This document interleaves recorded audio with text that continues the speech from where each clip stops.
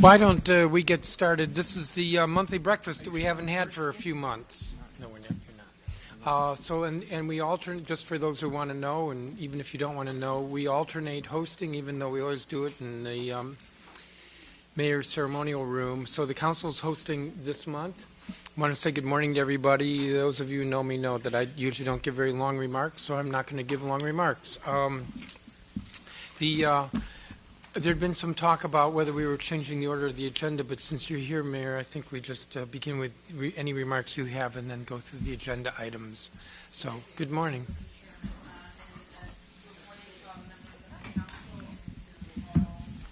Officials from D.C. government who are present today.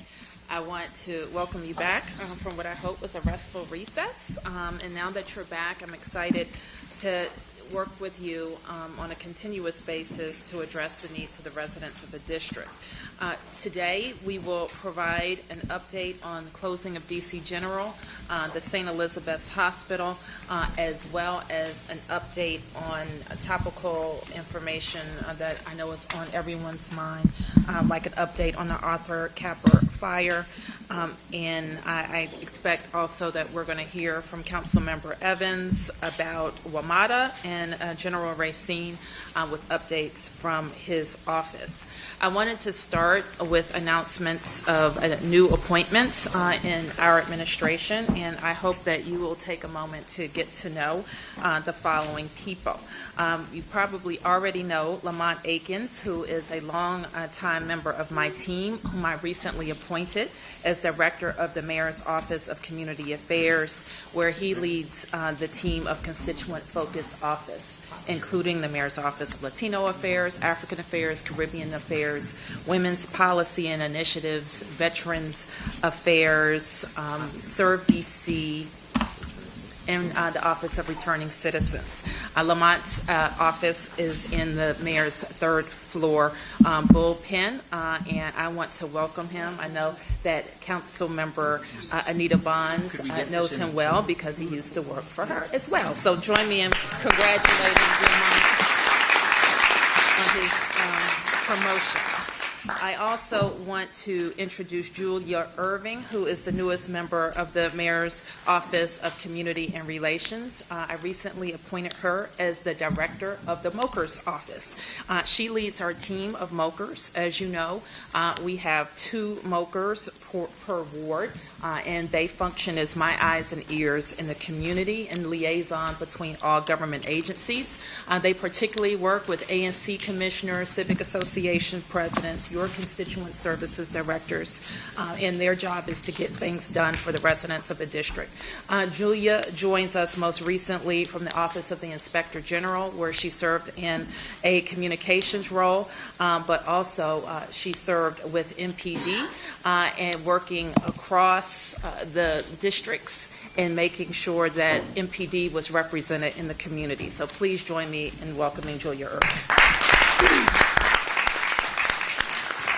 I also want to introduce Unique Morris Hughes. I have nominated her as the Director of the Department of Employment Services. You are aware that Dr. Morris Hughes has served as the interim director, and I look forward to the council's thoughtful consideration of her nomination and quickly. I also want to acknowledge Unique's role. She led the turnaround team that got DOES off of the high-risk list that we were on when I became mayor. Her work has helped drive down unemployment across the district and improve our relationships with the federal government. Please join me in congratulating Dr. Morris Hughes. And I also wanted to mention, you probably know this already, but we are just recently appointed our third cohort of MOCRS. We give our MOCRS on a kind of a schedule opportunities throughout district agencies, and many of our MOCRS had served with us in that position since the start of our administration, and they have gone on to roles throughout the government. So we have a new set of MOCRS smokers, I hope you will feel free to stop by. We do have a slide deck that shows their pictures, their wards, and how to get in touch with them, and we want to share that information with your offices. I also wanted to mention, as I have talked to many of you already in the last several days, about what we have seen, a disturbing uptick in K2 use in the district in the last, I would say, several weeks. It has been particularly acute, and we have seen overdoses related to K2, which of course is devastating to the individual, but also devastating to our emergency response apparatus. And in total, since July, our first responders have responded to over 1,600 suspected K2 overdoses and transported 1,300 people. And as we mentioned at yesterday's press conference, I'm going to be sending legislation to you that makes it easier for us to crack down on K2 suppliers by broadening the classification of what constitutes a prohibited synthetic drug. This emergency measure would reinstate emergency legislation originally introduced by the Office of the Attorney General and passed by the Council in 2016. So we look forward to working with the Council to pass similar permanent legislation, obviously urgently. On Arthur Capper, first I want to acknowledge and thank Councilmember Allen for his support of Ward 6 community members and his help with our agencies in supplying information, and also Councilmember Anita Bonds, who responded to the scene at the time of the fire. I think you know the details of what happened last Wednesday. A significant fire engulfed one of our very significant affordable housing communities that has 162 units. We believe that the structure, we don't know the extent of the damage. It is very possibly a total loss. And yesterday, we were all quite shocked to learn that a 74-year-old resident was not evacuated at the time of the fire, and in fact, he remained in his apartment until Monday morning. And we know that he is well, and he was not injured in the fire, it doesn't appear, and he is recovering in the hospital. Obviously, that raises a lot of questions that we know an after-action report will find about how a list of confirmed people was not accurate. We believed that every tenant was accounted for and out of the building. It was not the case, as we learned, and we will provide a more detailed report about that today. And also, I'm going to ask our Human Services Director to talk about the intense services that are being offered to residents.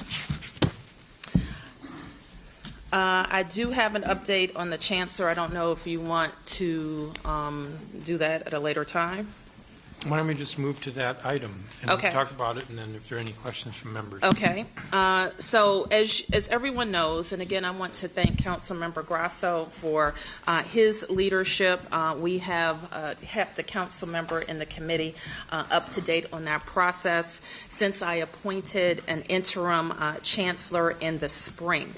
I have appointed an Our Schools Leadership Committee, which is led by Dr. Sylvia Burwell, who is the president of American University, and Dr. Charlene Jarvis, a former member of the council and member of the UDC Board of Trustees, to lead that leadership group.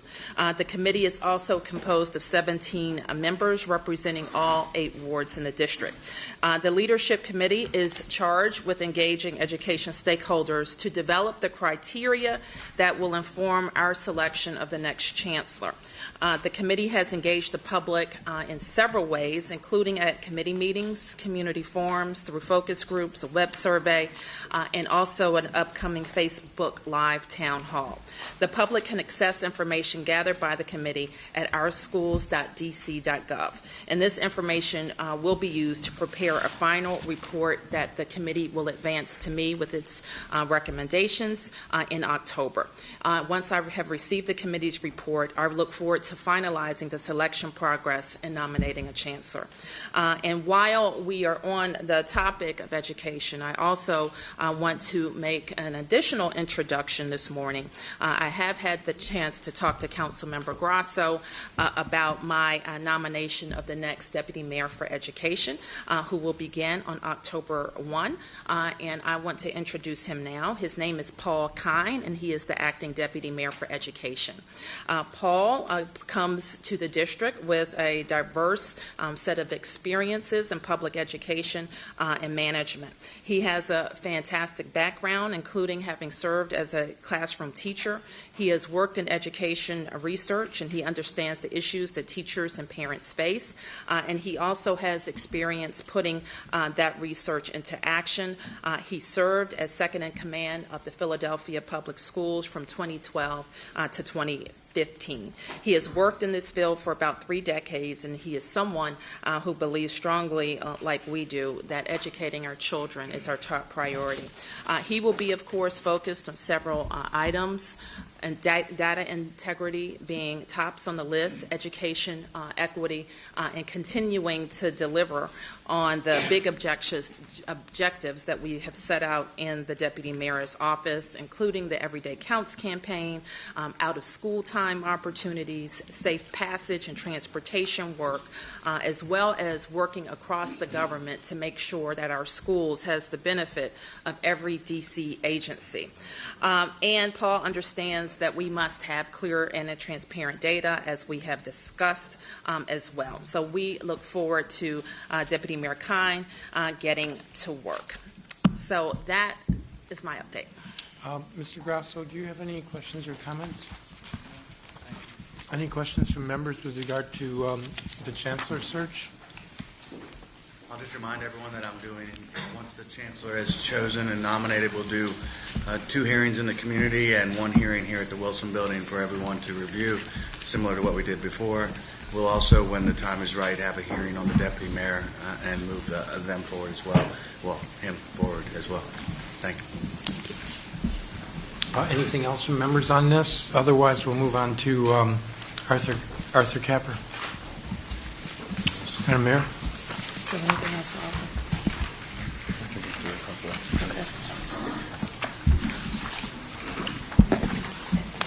Thank you, Madam Mayor and members of the council. Just an update on where we are with the Arthur Capper recovery process. The Department of Human Services at this point has independently verified every resident of that building, so we know where they are located, either in a hotel that has been facilitated by the Office of the Tenant Advocate, or if they are in a nursing home or hospital or staying with family. DHS is assigning case managers to all of the residents who are in transition and need services. Those case management responsibilities include making sure that the residents have provision for food and clothing and medicine.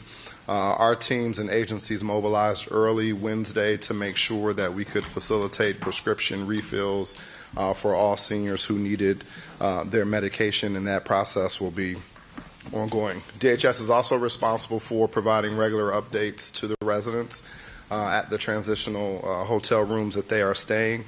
Those occur on at least a weekly basis, and as we get more information to share about the status of the building and their ability to recover any items, that information will be shared as well. On the fire front, FEMS has conducted yesterday what we are calling phase 1 of their secondary search.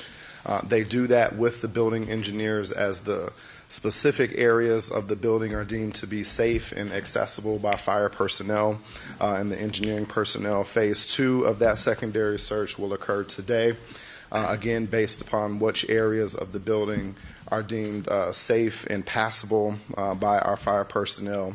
And then they will complete a 3rd search of the entire building, still working with the engineers on the safety of the building.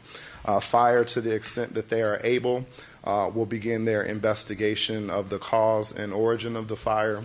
We know one question that is outstanding to the community and to us are the status of the fire alarms in the building. We hope, based upon their ability to conduct their investigation, we can bring some closure to that issue. The Housing Authority is the primary agency who will be responsible for the long-term placement of those residents in housing. The board had an emergency meeting yesterday and voted to be able to relax their rules so they can expedite the placement of the residents in other facilities. They are working with all of our housing partners, including DHCD and the Housing Finance Agency, to make those placements as quickly as possible. We feel comfortable that we can house the residents in their current temporary location until such time they are permanently placed. Our agencies are working with the Office of the Tenant Advocate to make sure that we can facilitate their short-term stay at these hotel locations. Every day around 8 a.m., a group of agencies we call the Consequence Management Team convene in a conference call to talk about the status of the work for the day, what occurred overnight, and to coordinate any interagency and multiple agency responses to make sure that we are doing our very best to take care of the residents that are at the facility. We'll continue that interagency phone call certainly throughout this week, and as we need to continue to work to coordinate services amongst our various agencies. That's what I have, Mayor. Questions from members? Charles?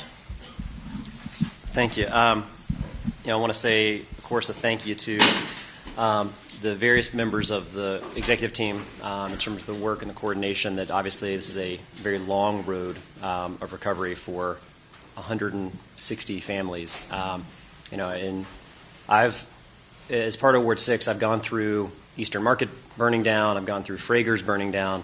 Gone through individual row homes that have experienced severe loss to fire. I've never gone through 160 families that have all lost everything in the case of an afternoon. So it's going to be a long road. I want to thank also my colleagues that had reached out with offers of assistance. Councilmember Bonds was there on the scene with us, so thank you for being there as well. An incredible show of support as well. You've probably all seen the news and media reports, the Marines who came running in to help out, two of our neighbors right across the street that came in to help bang on doors and help get people out. Really a heroic effort that allowed our firefighters to help battle what was a pretty intense blaze and help rescue everybody. I know that I and my staff spent all day Wednesday, all night Wednesday, setting up cots at the rec center to have a shelter site. Back there in the next morning, was there Saturday afternoon talking with the neighbors. They are strong and resilient, which is great. And I know we're not surprised by that. These are some of our seniors, and we know how strong they are. They have a lot of needs around grief, counseling, in addition to the medication and the supports. And I appreciate everybody who's offered to help. There's no shortage of outpouring of support as well. While there's a lot of different fundraising efforts taking place, there's kind of one that we worked on with the mayor, with the ANC commissioner in the neighborhood to try to help kind of give at least one central space. So I think folks have helped get that word out as well with the Capitol Hill Community Foundation. They're over $75,000 raised thus far, which will be directly given to the residents that have been impacted to help them start rebuilding. So all that to say, I appreciate everyone's support, and I know how much more we have to do. I will also add, though, that I am incredibly angry at the building management. To have the fire alarms not go off, the smoke alarms not go off, put our residents at risk. To be sitting in the room where that same management company tells us that every single person is accounted for, but yet they didn't actually count everybody, makes me incredibly angry. I am very glad that the gentleman that was found yesterday is safe.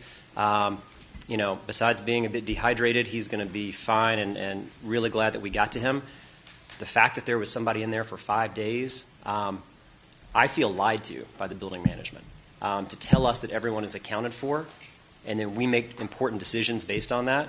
I'm very angry about that, and we're going to have to figure out where the accountability is with the management on the operations of the building, the management of the building, and the information that we need to depend on to do our job. And so I am trying to think through what some of those next steps are. I mean, obviously, we're focused on the 160 families, making sure we take care of them right now.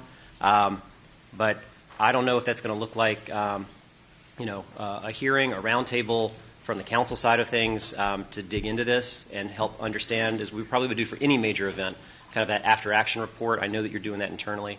But I want to make sure everybody knows there were very significant failures by the building managers that I think put lives at risk. And I think we are very lucky that everybody survived, everybody lived, due to some heroic efforts by Fire and EMS, by the neighbors across the street, by the Marines.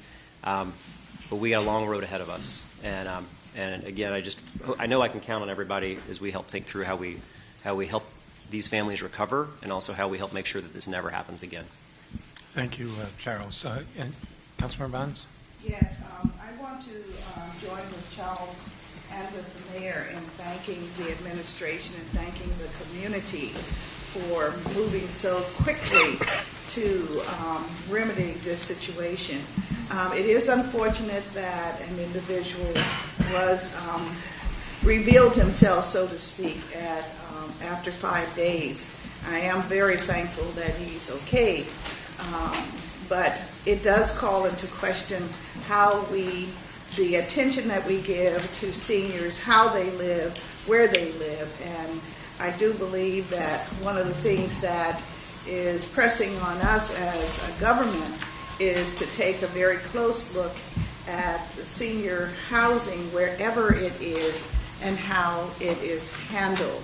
And so when and I've talked to Charles about doing a hearing, and if we are able to get that done effectively, I think it ought to include all of the questions about how living in a development must occur so that we have various safeguards in place. I'm not throwing daggers at any particular part of this scenario yet. That's what a hearing is for, to determine what is going on. We can be angry, we can be sad. It is a bad situation, but believe it or not, we are all in this together.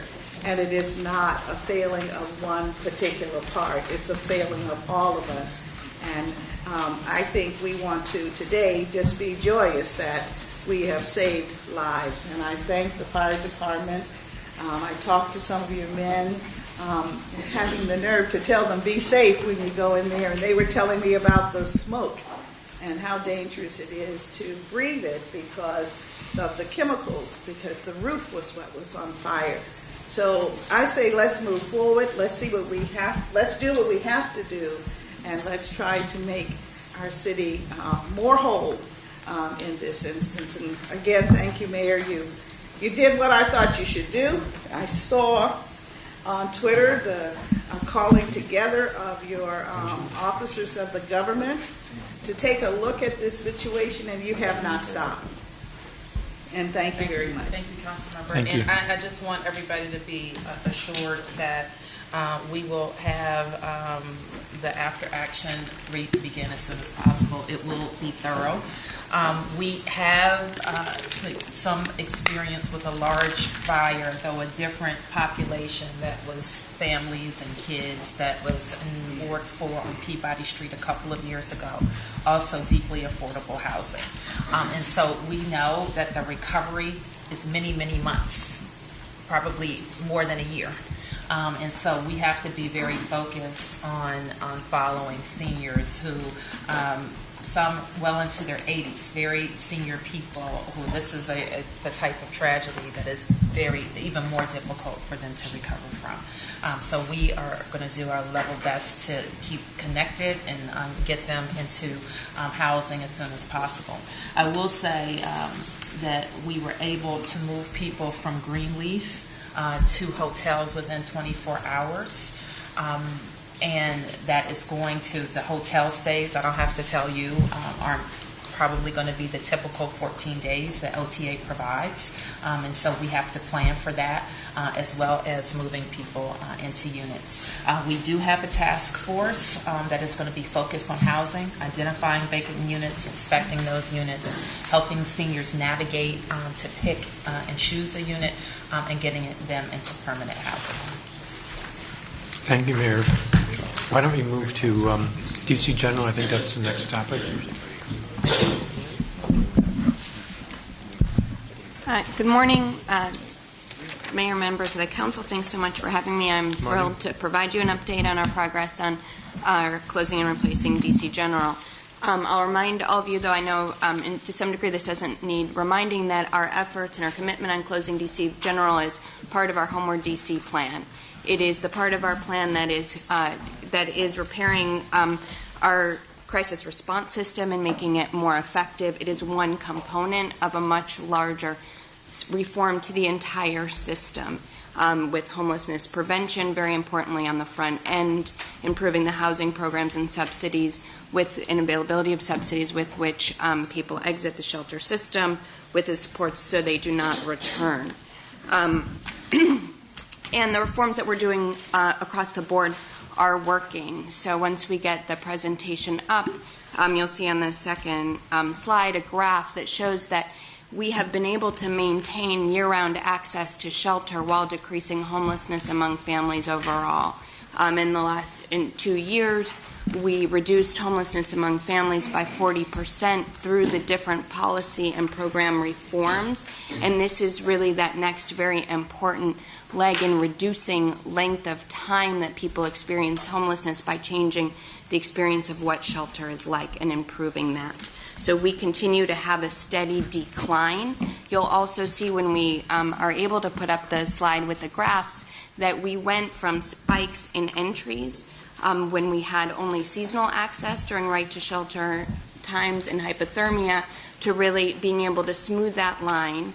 No family has, or a really individual has ever told me and probably told you that the reason for their homelessness was the temperature outside. There is other factors that drive people to the system, and we have created one that can respond at the time people need help and help our residents at the time of their housing crisis. So our entries and our exits to our system, now we are operating a healthy system where that is leveled, and we expect our exits to continue to outpace entries as we continue to see declines in homelessness among family overall. Where we are in our process with, as it relates to the DC General and specifically at its peak, there were 270 families that stayed there. We stopped taking new placements in May, and we have been making steady exits to permanent housing. As of last Friday, there are 59 families remaining at DC.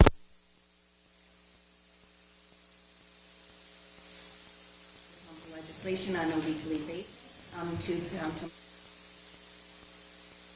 on the status of our work there. And so that any disconnect in that 59 number and what you see in our report is there's just a week lag in the reporting that you see, but that is what next week's report will show.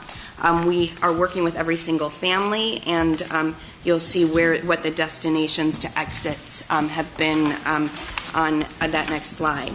Each family we are working with through our partners at the Community Partnership on a clear exit path. So everyone has had full assessments. They are, of course, as all families in our system, working closely with a case manager, making sure that they have what they need, documents, and all the things to be ready to lease up, as well as connection to services and supports. So out of families who remain, we report sort of where people are in their process. So whether they have a clear path with a lease up that is scheduled and a date certain by which they will be exiting, whether they have a subsidy and they are in a housing search and that search is underway, whether they're still developing their housing stabilization plan, which is at this point just 2 families. And when that's the case, it's usually it's always because there are some other very urgent issues going on in that family's life where that is the primary focus.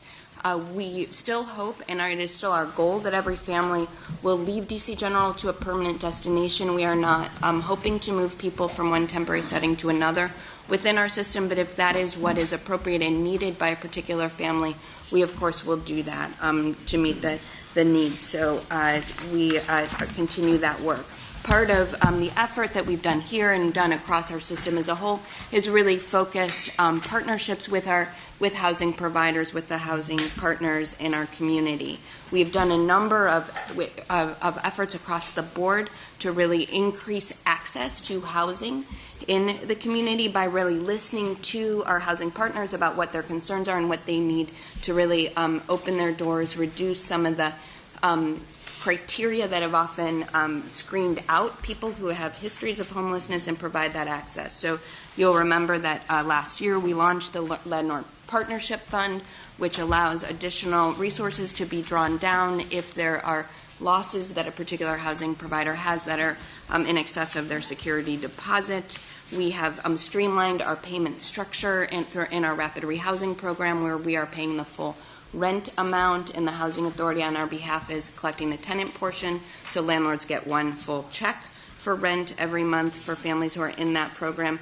We are continuing to enhance and have enhanced our case management supports to allow families to have the support they need to build income more successfully, and as well as plan for what will happen at the end of their assistance when they do not have a permanent subsidy. And we continue that. We received a planning grant from J.P. Morgan that is really allowing us to consolidate our efforts and look at ways in which we strengthen how we engage across multiple agencies and provider organizations and multiple programs, so that landlords don't have 15 different people calling them about the same unit that all seems like they're from the government. So that is part of how we have decreased homelessness, part of how we are working and helping people access housing more quickly, and part of what will allow our short-term family housing programs to be successful in continuing to ensure that these are temporary placements and families are able to be well supported if they stay in short-term family housing and exit to permanent housing. We are very excited that just tomorrow we will cut the ribbon on the Ward 4 short-term family housing site.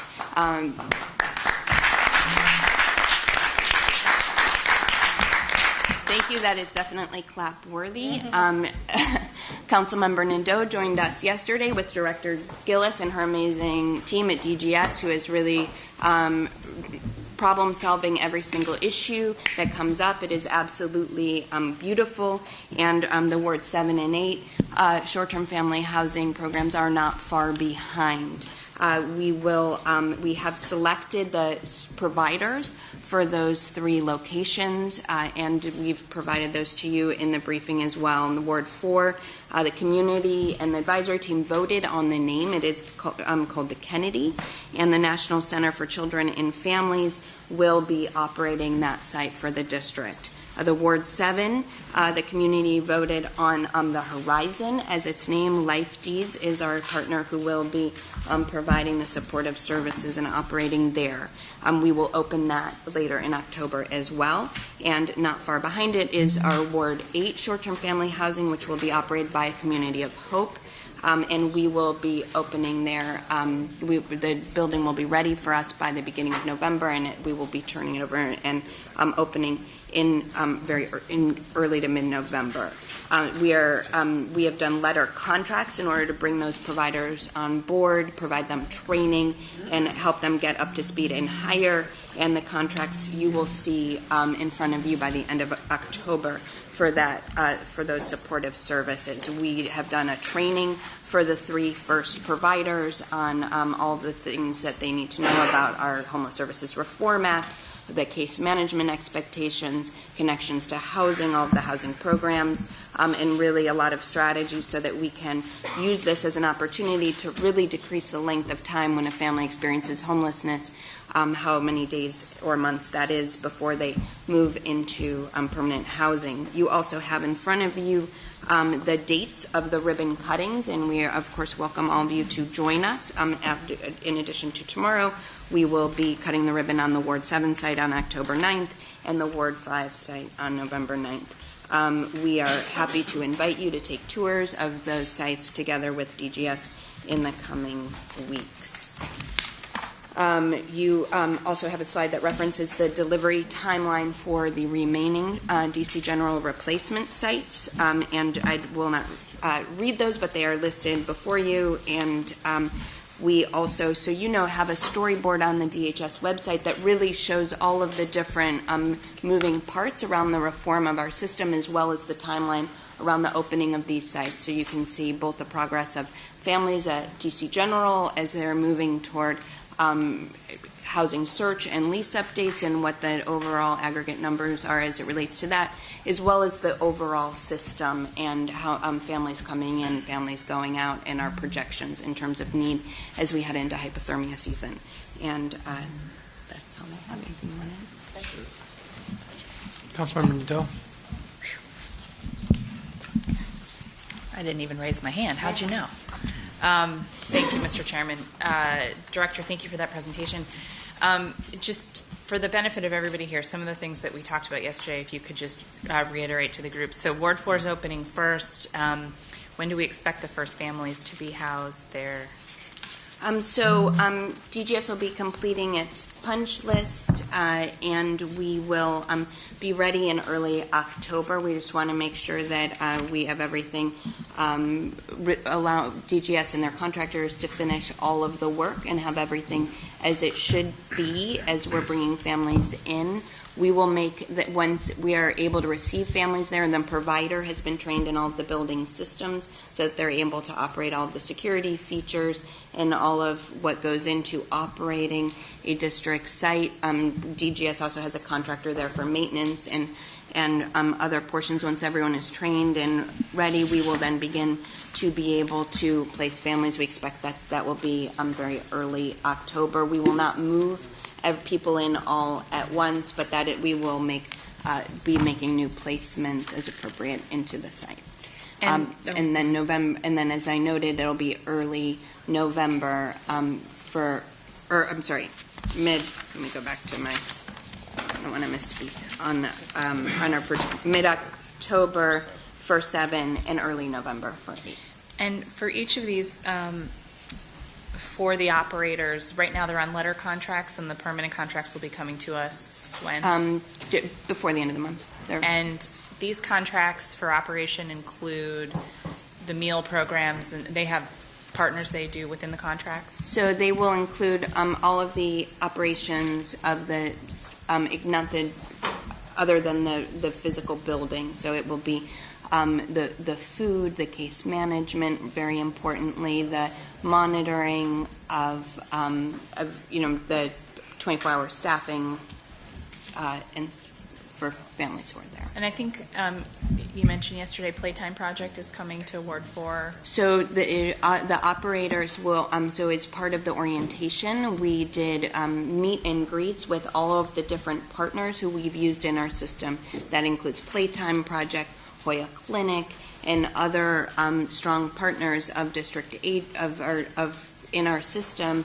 It is then the program who will coordinate those partnerships to enhance the resources and the programming for families on site. We also have a lot of energy from our advisory teams, and that's also where they're often bringing in volunteers and programs. But it is the provider who really orchestrates and coordinates that, and we facilitate it. And is there anyone here today who can speak to the ongoing work at DC General at Building 9? Okay, great. Oh, there's Director Gillis. Thank you. So, Director Gillis, as you get settled, I would just like an update on what's happening right now at Building 9, so we can all have that information. Sure. Good morning, Councilwoman. Good morning, Council members. Basically, we have completed all of the soil remediation efforts right around Building 9. So the next steps for us, which will occur this week, is to start removing the remaining windows within Building 9 and go right into the deconstruction of Building 9. That deconstruction is unlike a demolition where we're actually going to take a hard ball and actually demolish the whole building in one fell swoop. We're going to piece by piece take down the building, and we will start that this week after removal of the windows with the schedule of completing the actual deconstruction of Building 9 throughout October and by the first week of November. And those windows are the thing that we think contributed to the soil contamination because they are lead paint in the wood frames? That is correct. And then once those windows are gone, do we think that's the end of the lead on that site? Yes, if you recall, one of the things we were planning to do or will be doing is once we remove those window frames, we actually removed all of the soil remediation, actually carted that off and placed it in an environmentally sound landfill. We will make sure that we will cover all of the soil with plastic and continue to keep the soil covered as we're doing the deconstruction. We do feel strongly that we have remediated all of the lead, and we are at a safe working environment according to all regulations to continue on with this deconstruction. And then, Director Zeilinger, the 59 families that remain, do we have a date certain for placing them in housing at this point? So it's indicated in the last weekly report. For those who are remaining as of last Friday, there were 11 with lease updates. There are other families in housing search. They're identifying housing every day. So our expectation is all families will have a new placement before the end of October. And as I noted, unless there are other certain needs that indicate that an appropriate alternative would be a transfer within the system. Thank you, Mr. Chairman. Thank you, Councilmember Che.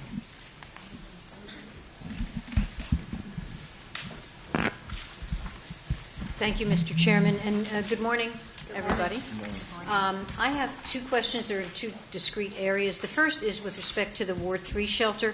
I'd like an update, if you could give it, about the fact that there were some changes made in the design, a deck to be put on, and some other items, and that this was approved by the zoning administrator. Now there's apparently an appeal of that, and I think part of the issue there was that there's an advisory committee, which is supposed to be an advisory committee, but they felt that they were never informed about it, and that probably generated, a negative reaction.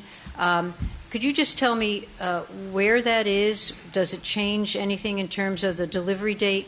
And also, could we have better communication with the advisory group so that we don't have this kind of back and forth issue? Good morning, Councilwoman. Let me tell you exactly where we are with the status of the Ward 3 short-term family housing shelter. We just completed the actual parking garage that would be accompanying the entire development. We did have a complaint lodged against us by the advisory team committee with regards to the changes that we've made to the site. The changes really came down to just the patio development that was there.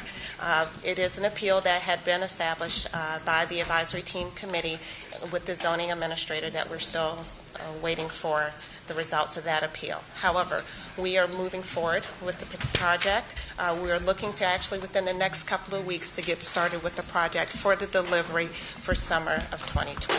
Let me just step back a little bit and remind everybody of the very significant changes at the Ward 3 location, where we are basically putting the new short-term family housing site co-located on the parcel that the 2nd District also occupies, which impacted police parking. So we have been involved in very serious and well-meaning conversations with the community to replace that parking and with your office. There were some impacts on some other community uses along the way, and we have worked to accommodate that. So I think we regard the change as a necessary change to make sure all of those things are met. Gardening, parking, short-term family shelter. And so if this was not communicated to the advisory committee, we will continue to work to make sure that doesn't happen. But we think we need to push ahead, and we'll be actively engaged in any process, any administrative process. Okay, And I'll just to address that communication and the relationship with the advisory team, I think it's important to note that initially some of the modifications that were made to the plans, some people considered them, who were working on them, considered them minor. It had not been in all the community discussions to understand some of the sensitivities. As soon as that was apparent, we reached out to the advisory team, invited a meeting.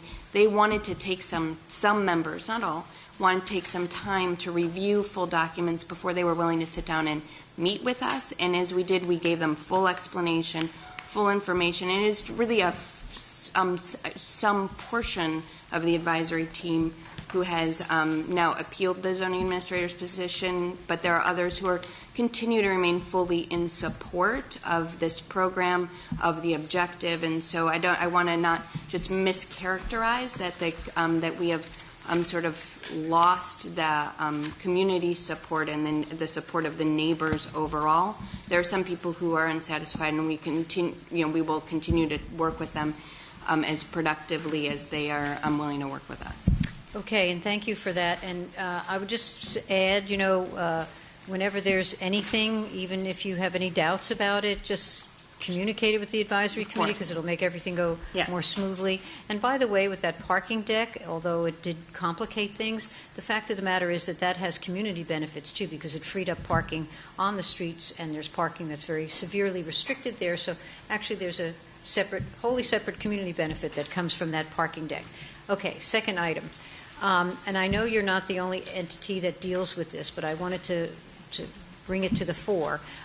When folks are ready to go into housing, let's say with a voucher or something like that, we've had issues over in Ward 3 with respect to certain placements, people who act out, and in fact even a barricade situation with the police and other incidents like that. Could you just tell me, because you mentioned about providing services and that sort of thing, what sort of review do you take, or oversight, or help for people to make an adjustment to live in a certain community when they may not be prepared, or they may continue to have substance abuse problems? Exactly what do you do to make that transition acceptable and smooth for both the person but also the larger community? Before Laura responds, and we don't have any of our housing authority representatives here, and I know you aren't suggesting that they're more likely to act out, because we have people acting out around the city all the time that don't have vouchers. So let's just be clear about that. But the housing authority does have a program, and we also will have a program, as you are aware, with all of our short-term family housing facilities that I think we're loosely calling good neighbor agreements. And the housing authority, that's an existing program with the housing authority, where and we do that with other programs, even for first-time home buyers, where people are transitioning to new responsibilities, and we want to give them the type of support that the city offers. And that type of support is available to anyone. So let me turn to Laura to talk about the ingredients of the good neighbor, and can you talk about the housing authority's programs too? Sure. Okay. So I think that building council member and some of the issues that you're referring to on Connecticut Avenue are buildings that have not traditionally housed people with subsidies, and there may be some confusion about whether the fact of the subsidy means that somehow mental illness and addiction are experienced in different ways than with other people. And of course, I know that's not what you're saying, and we know that is not true. But we are committed, just like with every resident, to ensuring that residents have the supportive services that they need. We have added case managers on site working with that property manager, and that has really decreased significantly complaints that other residents were having. And we are committed to to really facilitating people being able to live together in ways that are harmonious and supported. So with all the short-term family housing, and certainly the Housing Authority, as the mayor noted, has agreements with neighbors that allow us to really have clear and common mutual understanding of how we will live and operate together for short-term family housing as it relates to how we will take care of our property, noise, when there are issues of complaint, protocols for very quick resolution of those complaints. And my staff and the staff of the Housing Authority continue to come out to community throughout the city wherever we are invited when there are issues of concern, in order to make sure that we are both responding to neighbor concerns, but really importantly making sure that people are accessing and have available to them services to deal with what is at the root of sometimes what feels like disruptive Let behavior. me just jump in 1 second, Mary. There is also at the Housing Authority a dedicated staff person who can, when there's an acute issue raised, intervene. And people have to abide by their lease and agreement. Thank you for that, and thank you. I wasn't aware that you put folks over there, additional people right on site. That could be very helpful, and and I don't want to hold up anybody else, but maybe we can talk afterward about, enhancing that in other places as well. So, thanks. Thank you, Councilmember. Councilmember Allen, then Councilmember White, and then we're going to move on to the next item. Okay, thank you. I had a quick question around the Ward 6 site. I think certainly Ward 6 has come around this, and Southwest is really, frankly, excited about it. I think we see one of the main community benefits is 50 new units of housing. And, of course, we have another community benefit, which is replacing the former Southwest Health Center with a new site. So the temporary site's over in Southeast next to Van Ness. But what I was curious about is, have you outlined what the timeline is in terms of selecting the new provider, which could be Unity or could be another provider? I think we have to go through a competitive process. But what does the timeline look like in terms of their ability to stock up, staff up, be able to get ready? Because I'm assuming that's on a different track than the actual operator of the site. And just want to ask what that timeline looks like. Thank you for the question, Council Member. It would be on a different timeline from the actual operator of the site. We're actually going through a procurement, if you will, for a provider for the health clinic. And once we get that provider on board and actually get the responses in, then we'll be working with that provider. So until we actually are able to go through that process and are able to award that particular contract, then we'll work with the provider to actually fit out the actual location of the health clinic within the Ward 6 But we shelter. haven't started that, correct? Yeah, my question is kind of the timeline of where we are now. Yeah, we have not started that as of yet. We still will have to go through the remainder of the actual construction project before we can actually start that procurement process. Sometimes what we are able to do, and I think that the advisory committees, for example, commented on the development of the RFPs for the providers, and that would be appropriate for the advisory committee in Ward 6. Okay. I just want to make sure I don't want us to find ourselves kind of right up against the opening in summer and we haven't given ourselves the time necessary to get that site up and running. It's incredibly important in Southwest. And so I just want to make sure we keep pushing to get that procurement process and selection process as fast as we can so that it's well established by the time we get ready to cut the ribbon and open the doors. Sure, understood. Thank you. Councilmember White. Thank you and good morning.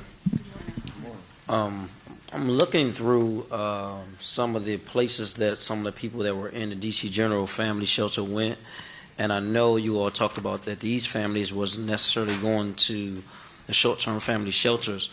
What population, what's the process of who's going to these different shelters? And I know it's called short-term. What's the average time we're expecting families to be there? And it's three-part, and how are we going to help them get out of there to become, develop living wages to stay in the city? Sure.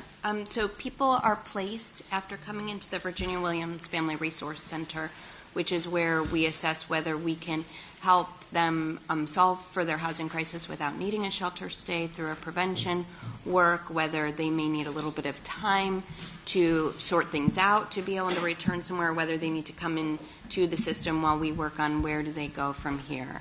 When a shelter placement is needed, they would then be placed in one of the short-term family housing sites based on the specific needs of their family and the availability once they're all open. So those placements are made through Virginia Williams, or they could come from transfers through the system. So Once they are there. Will any of these families be coming from the hotels that we have people placed in already?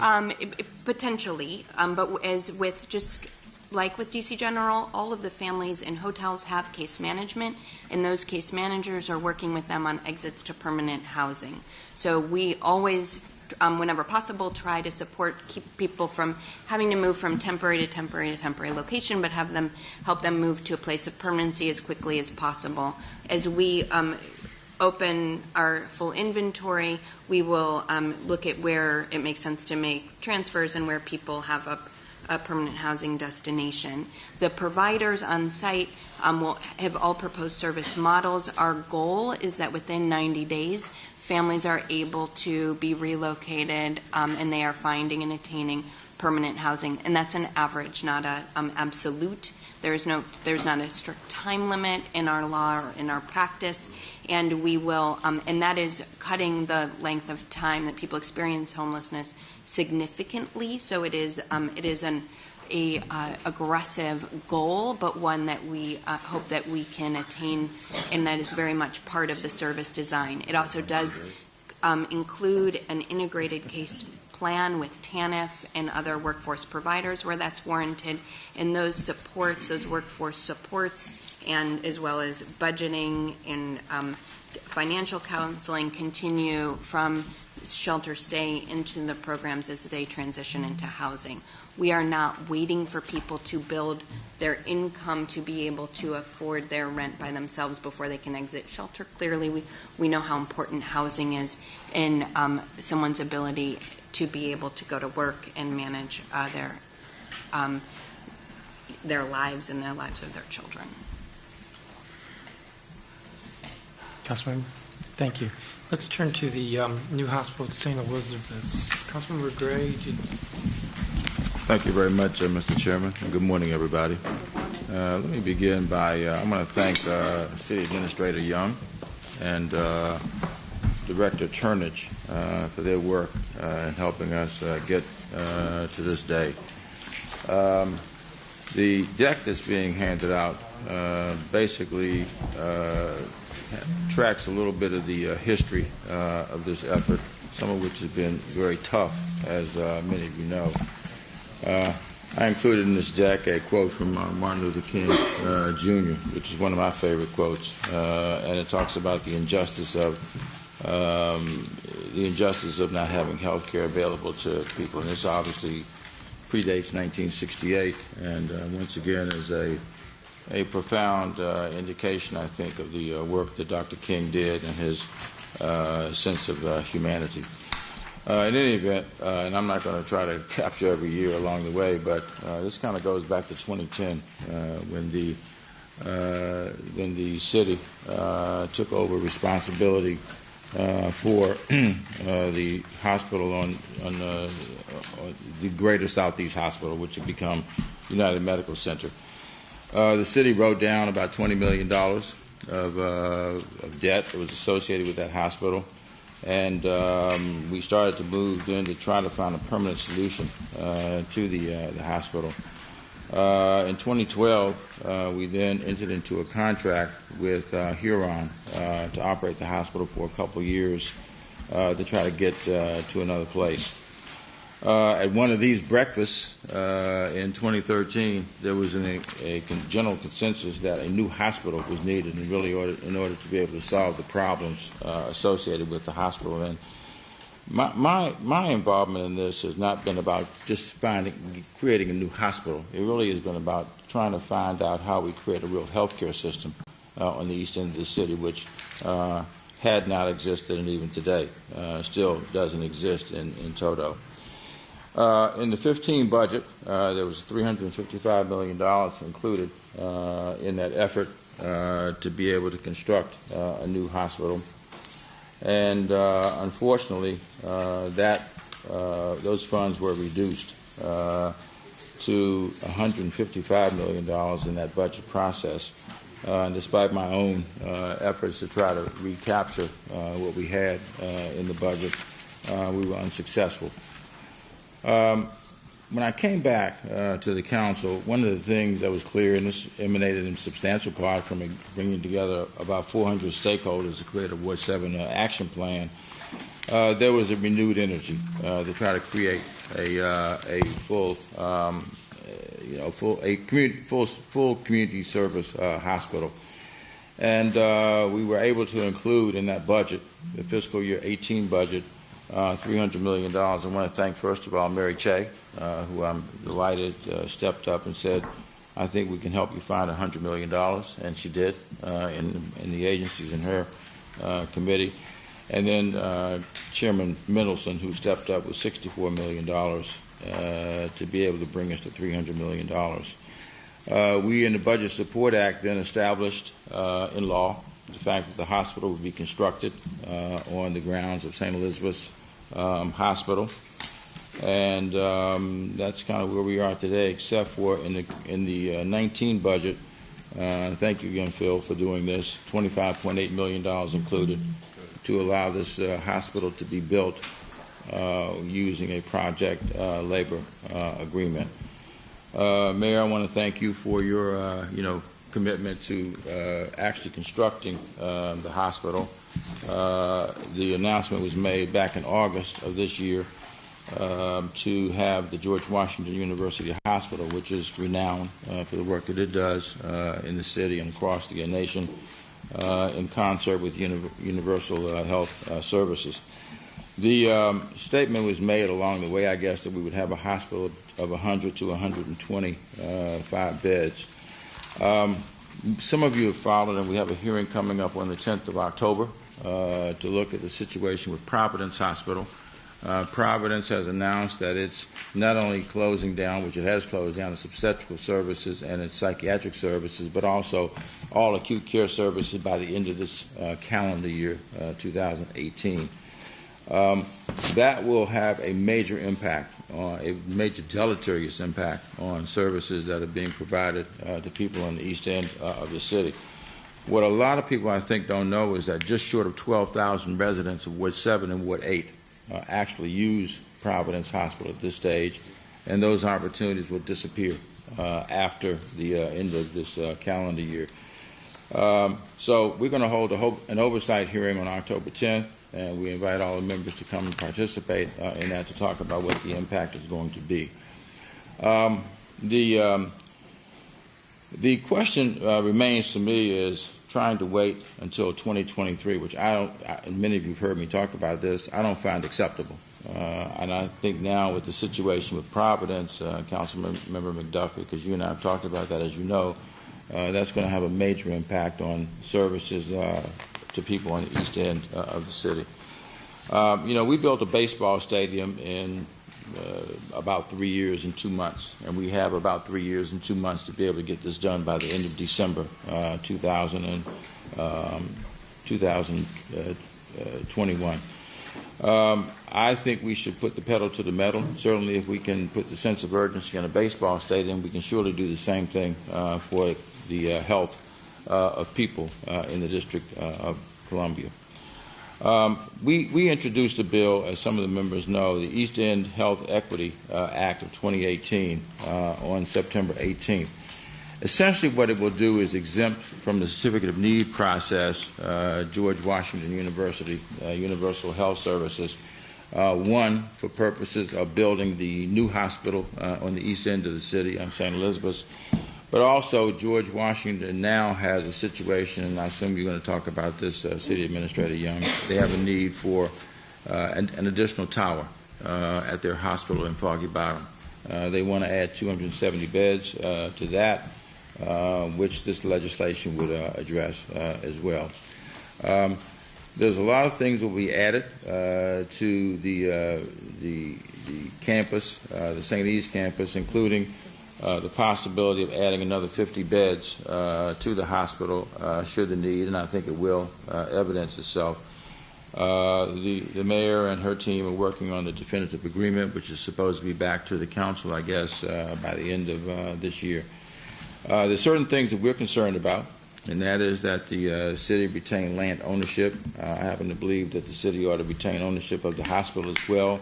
While we're not going to operate a public hospital, because I don't think we should never be in a position of having to say to people that we don't have a sense of investment in the hospital services in the District of Columbia, so that people would be left out.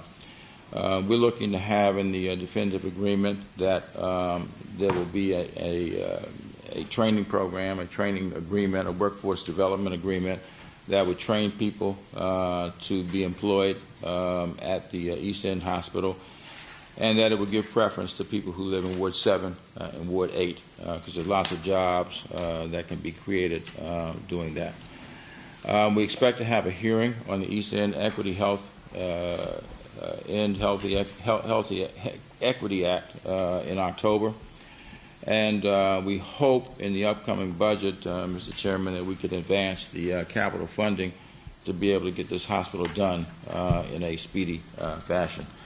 On the last page of this deck, you will see what we've been able to do to create a real healthcare system on the East End. First of all, beginning with, as a catalyst, the construction of the new hospital, equipping with that the urgent care capacity that does not exist in either Ward 7 or Ward 8 at this stage, adding on to our ambulatory care facilities. We also have a really professional shortage. The council adopted the Interstate Medical License Compact Act, which is designed to allow people who practice in other areas of the nation to be able to readily apply to practice in the District of Columbia and have that as be a streamlined process.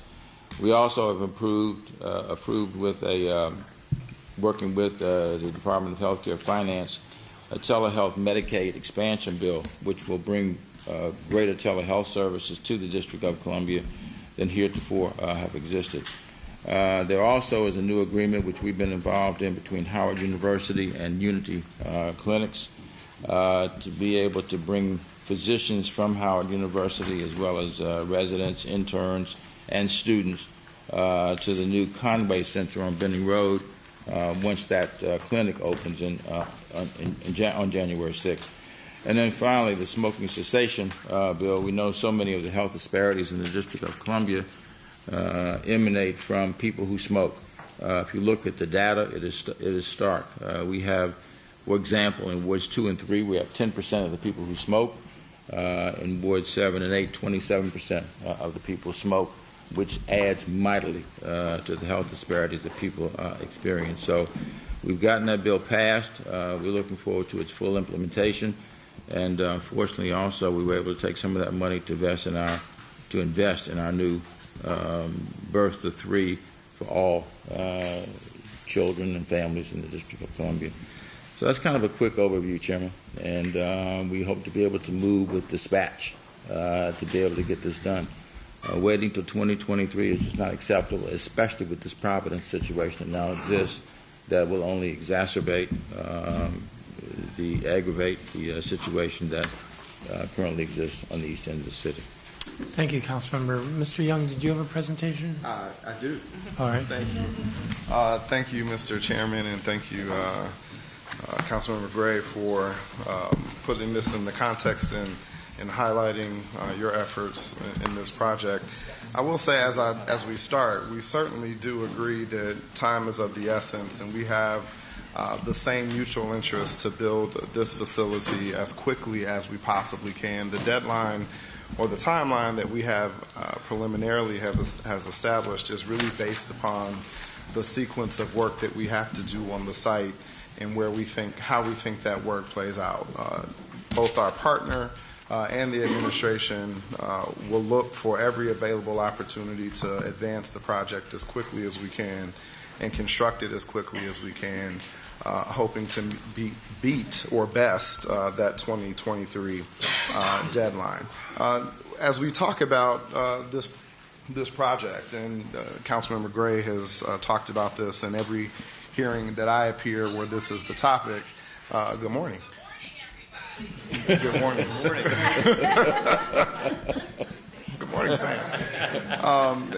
In every hearing that I've appeared, starts with the premise around responding to the health equity and access needs in Ward 7 and 8. And so that's what we're focused on. We know that there are significant disparities. We know that there's access to comprehensive and integrated care.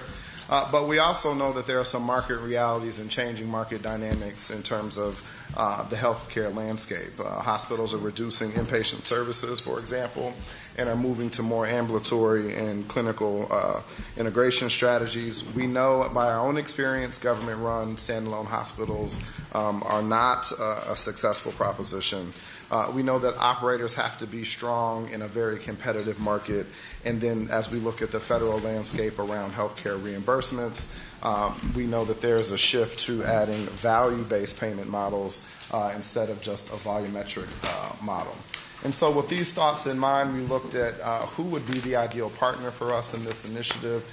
We established very clear guidelines. We wanted a partner that had a reputation for high-quality care, financial strength, and ability to really integrate into a system of care, a strong brand, IT expertise, experience in operating the kind of hospital that we envision, a strong network of physicians, experience in developing the kind of ambulatory care that we know is required, and a strong management team. And so we're very happy to have announced this summer that George Washington Hospital will be our partner in this new venture. We have signed a letter of intent that broadly outlines the parameters of the partnership arrangement. That work will lead to a definitive agreement, and just some elements of that LOI is that in partnership we'll establish this facility. It will be maintained and operated and managed by GW Hospital. There will be approximately 125 to 150 beds. We know that as we still are talking about what lines of service will be in the facility, we wanted to give assurance to the community and to residents that there will be obstetric services at this new facility. The hospital will be governed by a GW Hospital board with at least 20% district representation, and then the timeline in the preliminary fashion is to open in 2023. But as I said at the outset, we're working to do that sooner. So GW's specific commitments outlined in the LOI, which will be defined in great detail in the definitive agreement, is that they will make contributions to the operating costs for this hospital, or assume operating cost responsibility for the hospital, and other healthcare investments in Wards 7 and 8. Those investments will at least be $75 million over 10 years to address things like working capital, and capital expenditures and repairs, and deploying an urgent care strategy within Ward 7 and 8, bringing their expertise in group purchasing, in hospital design and construction and operations, fully integrating the hospital with their Foggy Bottom campus, the School of Medicine and Health Sciences, and their practice plan, and to prioritize the investments that they make in 7 and 8 before or at the same time as other investments that they make across the city. And so that is to say, if there is to be an urgent care strategy deployed by GW, we want to see those urgent cares built and deployed in Ward 7 and 8 before other areas of the city, or at the same time as other areas of the city, to demonstrate that we are very serious and focused on access to care in 7 and 8. When we look at the budget for this, and the council member talked about this a bit, there is approximately $325 million in the CIP for the hospital project itself, but there are other projects that are required to make this work, namely the relocation of 801 East Shelter. That current shelter sits on the footprint where the hospital will be built, so we need to build a new 801 East, which is consistent with our plan in homeless services, and as we look to tackle the single system in the same manner in which we've tackled the family system over the last several years, we need to move 801 East into a modernized, more appropriate facility there. before we can begin the construction of the hospital project. CA, could I Yes. just jump in for a second? Because our intent, and it has been budgeted and approved by the council, is really more than a replacement for 801 East. And our team of course, has emergency housing for men, but it will also have life change qualities for training in other ways to get people on track and occupied during the day. So stay tuned for that plan as it's developed. Thank you, Mayor. And this really is the beginning of our investments in the single system and revamping that system in the same manner we have done families. Just like the rest of the St. Elizabeth campus needed infrastructure, road, sewer, water, electricity, we need to do that work on this site as well. And so there's a separate budget of $104 million to put that road and that wet and dry infrastructure in place to support this new facility. When you look at the site plan here, if you look in the upper left corner, this is the hospital site where the red diagram is.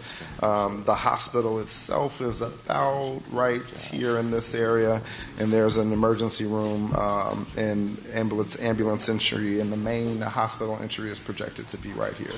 So we've got this preliminary site plan that we're using to guide our thinking and conversation about the building layout and the footprint there, and then what the infrastructure network needs to look like to support the campus.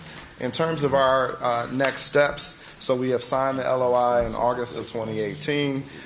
We continue to engage healthcare stakeholders and community stakeholders while we are in exclusive negotiations with George Washington on the definitive agreement that we hope to deliver to the council by the end of the calendar year. We're beginning our planning for the infrastructure work. We'll submit that document to the council at the end of the calendar year or January of 19.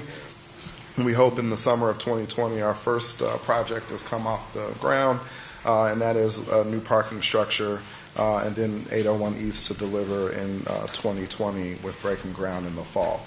So as we build this program out with our partners around design, around lines of service, around the footprint of the in construction of the building.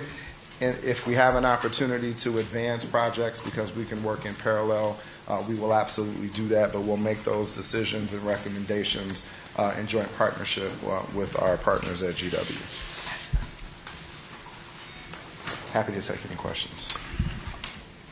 I think we have time for a couple of questions, maybe because then we have two other agenda items. Are there questions from members? Councilmember Silverman. Thank you, Mr. Chairman.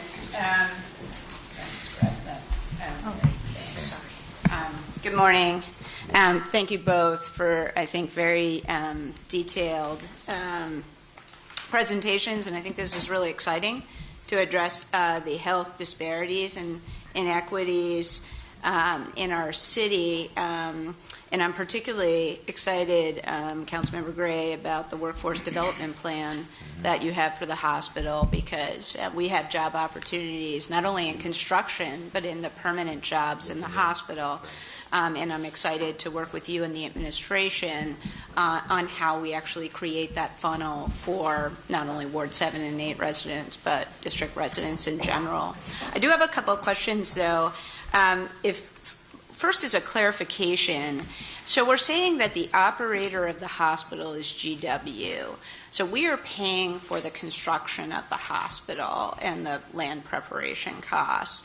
And then GW will operate it. So is there a operational subsidy, or do we expect that the hospital will be able to pay for itself, or is there going to be a yearly operational subsidy of the district? So, Councilmember, those are one of the elements that we will negotiate in the definitive agreement.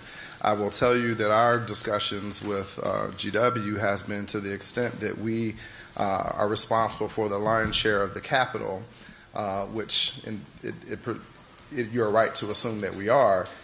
Then our position would be that they are responsible for the risk in the operating P&L. Okay. The extent to which we would agree or entertain any subsidy at the opening of the hospital is a point of negotiation. The other piece that I'll add is that we are clear that they also have to have a significant financial investment, whether that is in assuming the risk of the operating margins of the hospital. It also needs to come in the form of the other services that we expect in Ward 7 and 8, namely the ambulatory facility, the urgent care facility, for which they might presumably invest capital or incur a lease expense or an operating expense for the operation of those elements of the plan. I see. So we have a basic agreement to operate, but we are negotiating what the yearly subsidy will be, as well as what services they will provide, like in terms of primary care. If there is a yearly subsidy, that is a point of negotiation. If there is one, the duration of that subsidy would be a point of negotiation as well. I see. But you're not conceding that. We are not conceding that. Yes, and we are negotiating the agreement right now. Okay. The second, and this is a quick question, is who determines how many beds are built? So, I think we're still discussing that as well. I've had some conversation with the city administrator, and there was a study at one point that said we should have 106 to 125 beds, which I think is too small. In fact, we went out with the Hospital Association leadership and their staff to Los Angeles to see the relatively new, the 3-year-old Martin Luther King Jr. Hospital there. And the first thing that the CEO said to us was, be very careful that you don't build this hospital too small. She said that's exactly what we did. We're now trying to increase the bed capacity to 200 plus in their hospital. My view is that we need 150 beds based on especially what's happening with the Providence situation. If they close down, which seems imminent, then there are people who are now being served in the East End who should go to the new hospital. But that isn't settled yet. I have a point of view. I think we'll probably settle in legislation ultimately. Settled in, so it's not doesn't have to do with the certificate of need, like the Department of Health doesn't That's what the legislation on the table does. Okay. It waives the certificate of needs process for the new hospital. Okay, great. And let me also add that we started this conversation, I think, together, that the district is not the best operator of hospitals. And so we start these negotiations with a valued medical partner so that we are coming up with a sustainable entity. I think that's very important. And I think there's a lot of overlap between what the committee has laid out here and what the city administrator presented as well.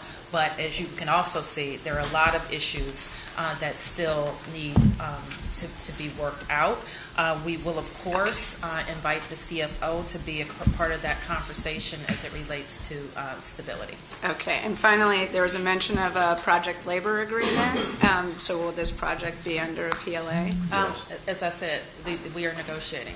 No, thank you for voting for that. Funds for that. Okay. That's the 25.8 that was added to the budget. I see. Okay. 300 to 325.8. Great. So I just will add in, I hope we'll be working with our apprenticeship programs, our building trades, in terms of apprenticeships to get folks into jobs. I think this is a terrific opportunity. Thank you so much. If there's nothing, Mr. McDuffie, and then we'll move on. I'll keep my remarks fairly brief. There have been, at least Councilmember Gray has mentioned Providence several times in his remarks, and as he mentioned, he and I have had conversations about the situation in Providence. I know this agenda item is clearly about the new hospital and not about the existing healthcare needs of our residents, but I think it's appropriate to point out because a lot of the conversation has been about Ward 7 and 8. Obviously, there are challenges facing residents in the eastern end of the District of Columbia, but just as Ward 5 council member to point out that the eastern end of the District of Columbia also includes a significant portion of Ward 5, where we're seeing challenges with access to quality health care, and the conversation about Providence closing its acute care services is one that I think needs to be contextualized as we talk about beds, both with the new hospital but also existing beds and access to those beds and how it's going to impact the quality of health care of residents on the eastern portion of the District of Columbia. So I just wanted to point that out. Absolutely. Well, I appreciate you getting that out. In fact, that's why I used the number that I did, because I've done a little bit of research on this to find almost 12,000 of the people served by Providence over the last year have been people who live in either Ward 7 or Ward 8. So it's going to have a major impact. If Providence is to close, which they are trying to do, of course, there are lots of people on the East End who won't be served. A significant portion of low-income and Medicaid recipients as well, and all I think challenges that obviously factor into the urgent need to have a new hospital soon. May I just add, you should know that Dr. Nesbitt, our Director of Health, has been leading discussions with Providence and with Howard University so that we can understand what the demand at Providence is and ensure that Howard can take advantage of tapping in to that demand and using up the excess capacity that they have in both specialists, physicians, and beds. Right. It's not at the same location, but it's very nearby. Yeah, both both Howard University Hospital as well as MedStar Washington Hospital Center are nearby. I think the concern, and I appreciate you pointing it out, I look forward to the hearing on October 10th, for me is there's still lots of questions about that very thing. Yep. And to have the hospital already make an announcement without really having already had answers to those questions is what really concerns me. And it's concerning a lot of residents in Ward 5 and others across the district who utilize Providence Hospital is what will happen. What will the impact be on Washington Hospital Center, on Howard University Hospital, and will they be able to absorb those patients? Yeah, I've had conversations, Councilmember McDuffie, with the Washington Hospital Center, and they're already feeling the impact. They felt it with the obstetrical services, and they expect it to worsen with the acute care services potentially disappearing from Providence. We have two other agenda items. WMATA is next. Mr. Evans? Thank you, Mr. Chairman. Good morning, everyone. I've been going around the region talking to other elected officials about the state of WMATA, and I want to brief our government as well on where we are today. We had a great victory, obviously, with the dedicated funding, but as I said at the time, the dedicated funding is only one piece of a very big puzzle.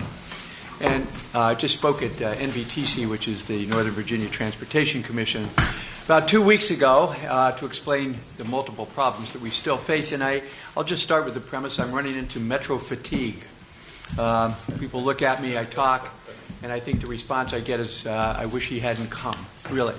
And so that's where we are. But it's important that we understand where we are because these problems are not only not going away, but they're getting worse. And as a region, if we don't address them today, we will address them when the time comes, which will be down the road when it's a much more severe situation. I passed around the sheet. If you read this, you'll know more about Metro than almost anybody in the region. Part 1, basic facts, just tells you what our system is. Part 2, the board, we are down to an 8-member board. The Virginia legislation on the dedicated funding prohibits alternates from participating in any way, shape, or form at Metro, so that they are gone.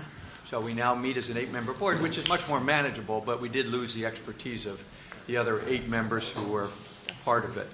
On our operating budget, as you can see, half comes out of the fare box and parking, et cetera. The other half is the subsidy from the jurisdictions. As part of the dedicated funding, we have limited the increase in the operating subsidy for each jurisdiction to 3%, which is a problem.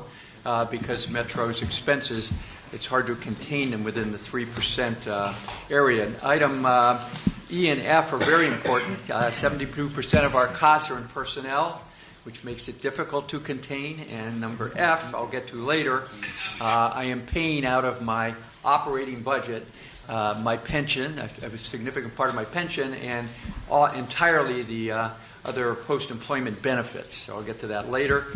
In the capital budget, you see we have a $15 billion budget now over the next 10 years, made up as follows, with one of the big portions, of course, the $500 million a year being contributed under the dedicated funding, which we will leverage to get to the $1.5 billion a year.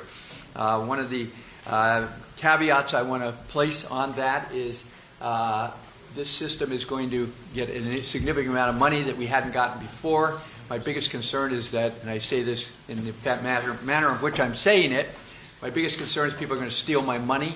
I am trying to upgrade and increase the size of my Inspector General's office so that we can watch how this money is being spent, so the procurement area, et cetera, doesn't end up eating up the money and then the system doesn't get fixed the way it needs to be. The last item is what I want to talk to you about today. I'll make it quick. The dedicated funding was just, as I give my Churchill quote, wasn't the end, wasn't the beginning of the end. If anything, it was the end of the beginning.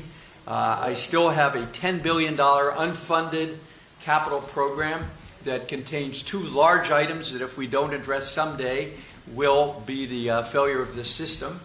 One item is the red line. When it rains, you probably saw the article in the paper the other day, when it rains significantly, the red line continues to leak and flood. It was the first line built through solid rock. They didn't think it would leak. It leaked on day one in 1976, and it continues to leak today. Even with new wiring, the wires fall into the puddles and catch fire. And we have the smoke incidents and the arching incidents.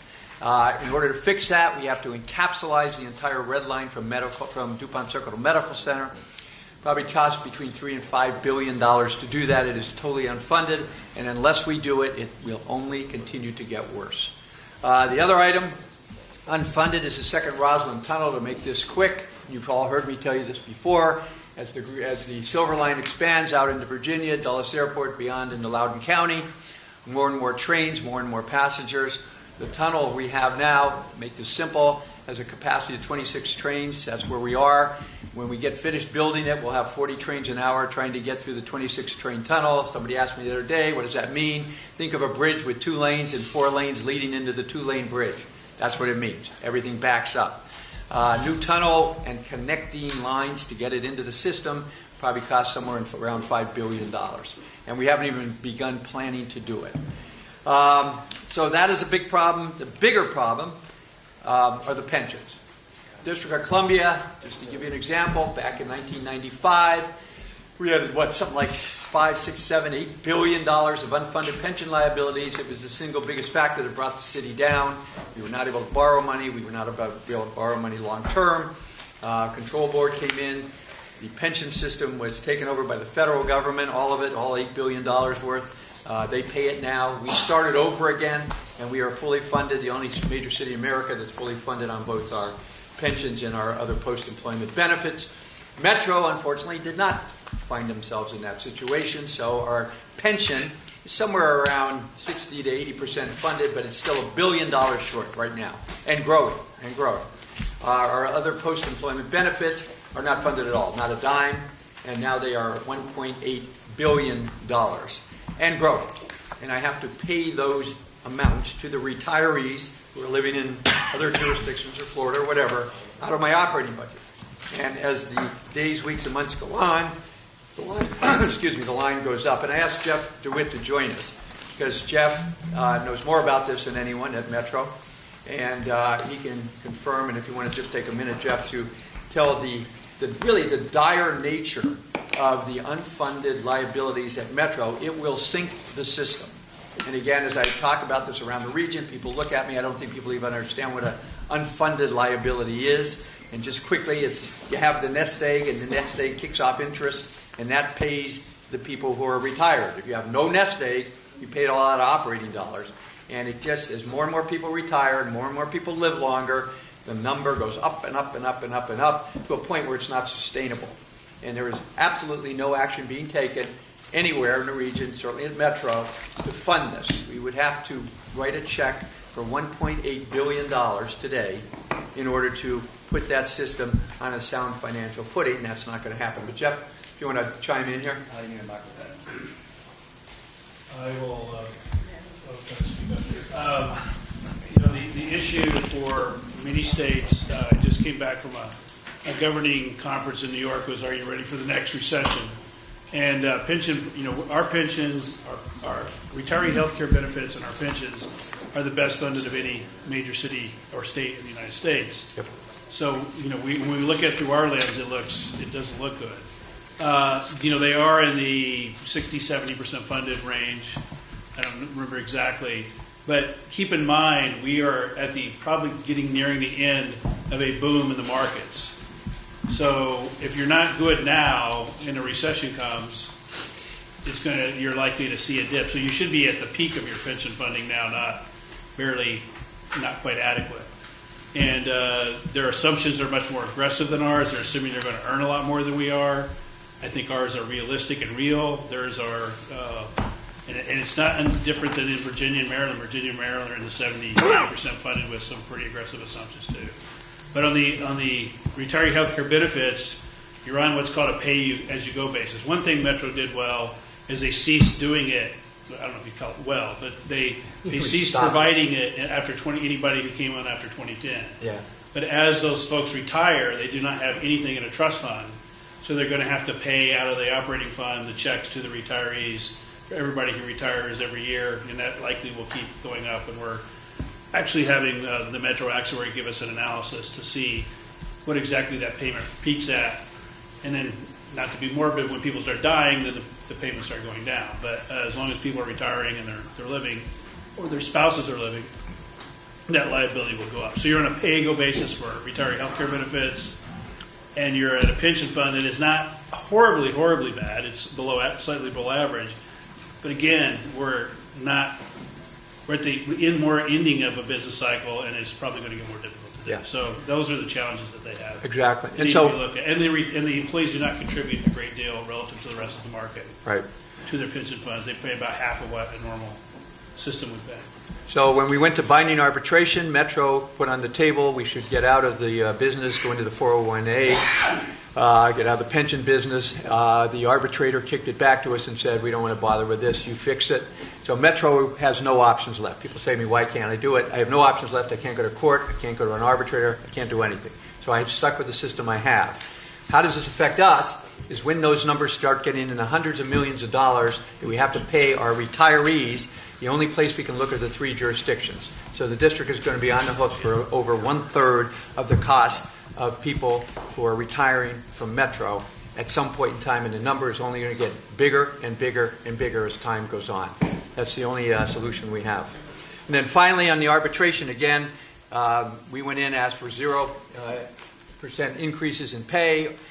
Union went at 11%. We came back at, as you can imagine, split the baby, 5.5, spread out over 4 years. It's going to cost the region $82 million more of unfunded payments over the next 4 years, so the district share will be some portion of that on top of the 3% increase. So all of this is just to say Metro is not anywhere near fixed, not even close. The finances are still precarious on the one hand. On the getting this system fixed, 15 years of absolutely doing any maintenance has now left us where we are. We're slowly beginning to get this system fixed. The reliability is up from 70% to 90%, but still, as people always tell me, I'd love to take Metro, but it's not reliable. I can't be guaranteed I'm going to try and get to where I'm going on time, so I've found other alternatives. So I'll finish with this. It's my view, and really the studies are saying this.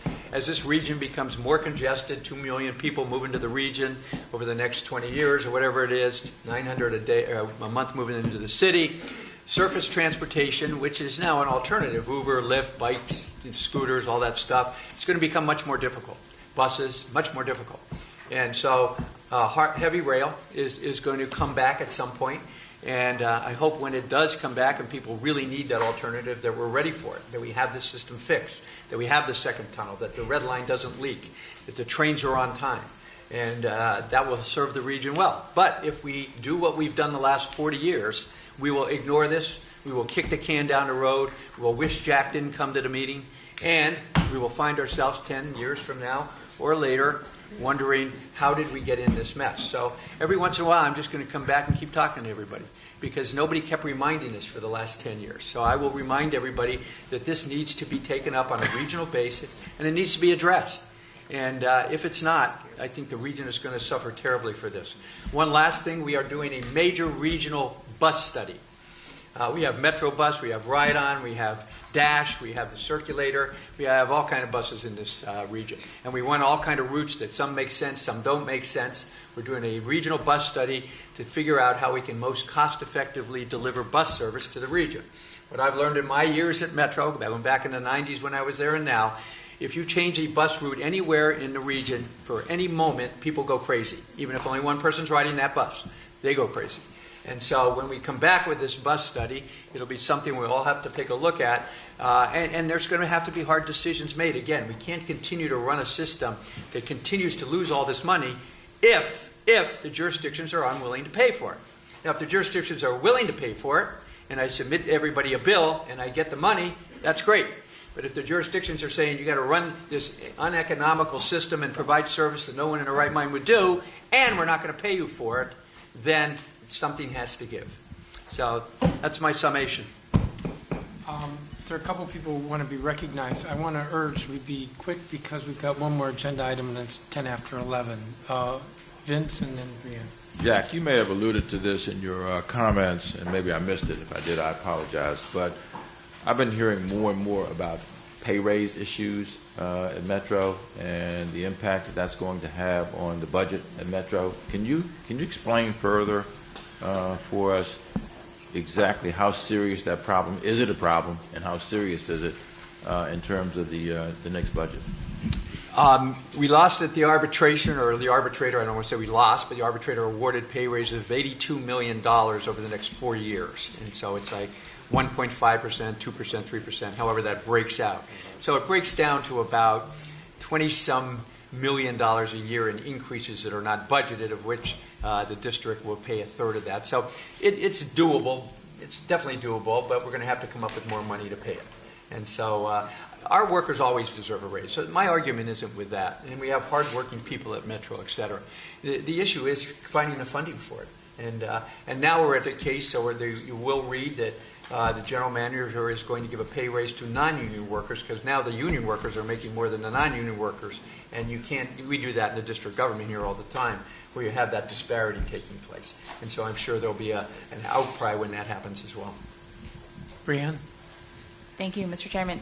Jack, thanks for going through this with us. So I believe that you mentioned that Metro does not have the ability to borrow right now for what I think are obvious reasons.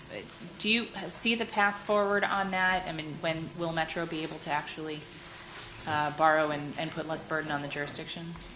No, well, that last, up until the point when you said all right, well, the first part then. Let's leave the last part. We have gotten back to short-term borrowing. So okay. We have two lines of credit. When I first got there 2.5 years ago, they were maxed out, and we were about, what was that, Jeff? They're about ready to take us under, right? And we have managed to pay them down. I think each is about $200 million. So on a short-term basis, we can borrow money and then pay it back. But can it help the jurisdictions? Absolutely not. I mean, the jurisdictions really have to pay what Metro needs. And Virginia is the most difficult. We're good. The district is good. Virginia really has drawn a line in the sand that we're not going to pay more than 3% of an increase over last year, and that's all we're doing. And so that's what's going to make this a real struggle going forward. And is there ever a time when you see the federal government contributing to operating expenses? I make that case every time I talk to them, and the answer is no. I don't see it happening anytime soon. Right now, the biggest issue we have with the federal government is the PRIA money, which is the Passenger Rail Investment Act. Federal government gives us $300 million a year. It expires next year, and we're trying to get it renewed for an additional 10 years. And if we don't, we are really going to be sunk at that point. So our efforts are trying to get that capital money renewed. And on the operating side, I can make the case over and over. 72% of the federal workforce rides Metro every day, and they contribute absolutely nothing on the operating side. We're not in New York, Boston, Chicago. We're Washington, D.C., where everybody is riding our system, maybe someday, but I don't see it so, Brianne. They just don't seem responsible. Thank you. Thank you. So the last item on the agenda is updates from the Attorney General. And Natalie, I guess you're the Attorney General. I'm standing in for... Or sitting in for... Or sitting in for John Racine. He is part of a small group of... He's part of a small group of state attorney generals that was invited to a meeting with Attorney General Sessions, so he apologizes for not being here, but given the nature of that meeting, he thought it was important to be there, and so I am your stand-in. I'm obviously not the Attorney General. So I'm going to be quick because I know that we're at the end of a long morning. First, I'd like to start with some staff introductions, some changes that we've made at the Attorney General's office. And first, someone that many of you, I believe, know is our new Chief of Staff, is Lisa Raymond. Lisa, do you want to stand up? Lisa will have the portfolio for communications, community engagement, legislative, and policy. So we are happy to have Lisa with us. Second, Lisa has the title of Chief of Staff. Before Lisa, Elizabeth Wilkins had that title. Elizabeth is now the Senior Counsel for Policy, still providing great work to us. Next, who's not with us is Penelope Talley, is our Chief Operating Officer. Penelope joined us roughly about 2 months ago. She's been a great asset in all of budget, finance, operations, human resources, all of that reports to Penelope, and so she is helping us run a large agency even better, more effective, and more efficient. Also with us is Ben Wiseman, who is the new chief of our Office of Consumer Protection. And whenever I introduce Ben, I always like to say that Ben is truly son of the District of Columbia. He has lived in the district. He graduated from Wilson High School, college, law school, and returned first working for a private firm. And despite all of the money he made at that firm, he has dedicated himself to the district. So we're very proud of Ben. And please, your offices should feel free to reach out to Ben to come out to the community to talk about consumer protection. That is an area where district residents still don't complain enough, not because they aren't being scammed, but they're not coming to us. So Ben is a great resource with his team. Thank you. So first, let me start with what our office has been doing in the area of wage theft. And I think we all can agree here that picking up on what Councilmember Evans said when he spoke about Metro workers, is we know that we've got workers in the District of Columbia who work very hard. And that is one of the reasons why we have really focused our efforts on wage theft. Last year, the council gave the Office of Attorney General independent authority to investigate wage theft claims. And we have been busy at work doing that. First, I would like to really commend Councilmember Alyssa Silverman for finding the funds for us to have 2 wage theft lawyers. And those wage theft attorneys have really made a difference. Wage theft, as I'm sure everyone knows here, it is primarily in low-wage jobs, construction, restaurant work, particularly immigrants, people who are especially vulnerable, and it is oftentimes that small amount of money.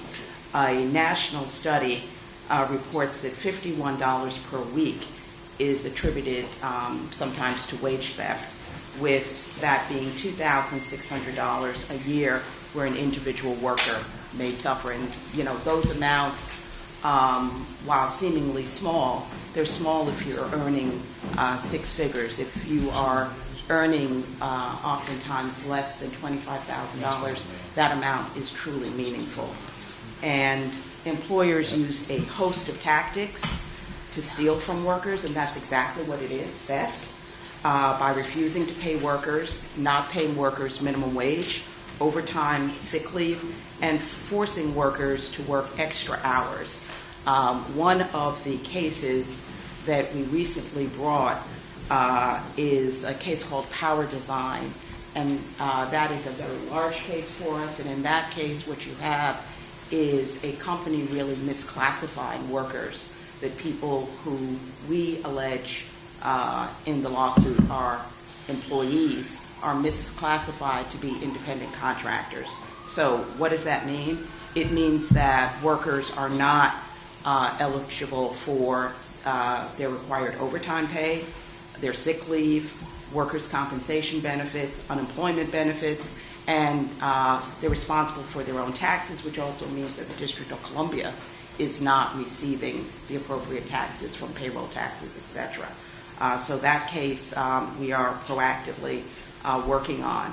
We currently have 27 active wage and hour cases. 3 are in litigation. We've got some in settlement, active investigations. So just want to let you know what we are doing in wage theft. And again, we encourage you that when you have constituents that have these issues, please send them to us. The website, OAG's website, we've got a lot of good tools for workers, and this is an area that it was an initiative last year. We started it going, and we really are making more of a push because it is happening in the District of Columbia. Next, I want to talk about the Public Safety Division of the office has launched a special victims unit. Usually when the AG announces that, I usually hear a comment whether there's going to be a TV show with it, but no TV show unless I get to play myself. But the Special Victims Unit is an important unit that reports directly to the Public Safety Division head. And that unit is focused on prosecuting sexual crimes and other offenses, primarily against the most vulnerable. That would be our young, our seniors, people with disabilities, children at risk for human trafficking. And I'm proud to say that in conjunction with the court, the court now has a Hope Court, which is really focused on victims of human trafficking. And again, that is an initiative that the office has been focused on. Why the Special Victims Unit is so important is because to do the work with the most vulnerable, you need special training. There's special techniques, as you can imagine, for interviewing children, victims who have mental or physical disabilities, elderly victims who are experiencing dementia.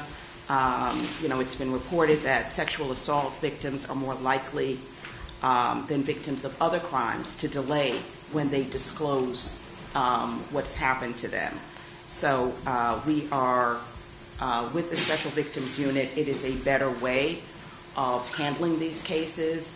And what we have also added as a component to that is public education and outreach. I know that the Attorney General has been out in the community talking about the Special Victims Unit. I think we have an official announcement today of what that unit is doing. But again, if you find that in community meetings that people want to hear about the Special Victims Unit, please reach out, and the office will be there. Actually, and you can reach out to our Chief of Staff as she carries the portfolio of community engagement. And we're working closely with MPD on the Special Victims Unit. A top priority for fiscal year 19 is elder abuse. And again, we want to thank Mayor Bowser for the FTE attorney that we received as part of the FY19 budget. Particular thanks to Robert White, Councilmember Robert White, Councilmember Todd, the chairman, for an elder abuse investigator. And I believe, Councilmember Allen, you were helpful. We also want to recognize you for helping us to get the elder abuse work started. We are focused on seniors, as we've really been touching on in today's meeting, that seniors have unique health challenges, cognitive decline, social isolation, and the scams that are out there are really focused on seniors.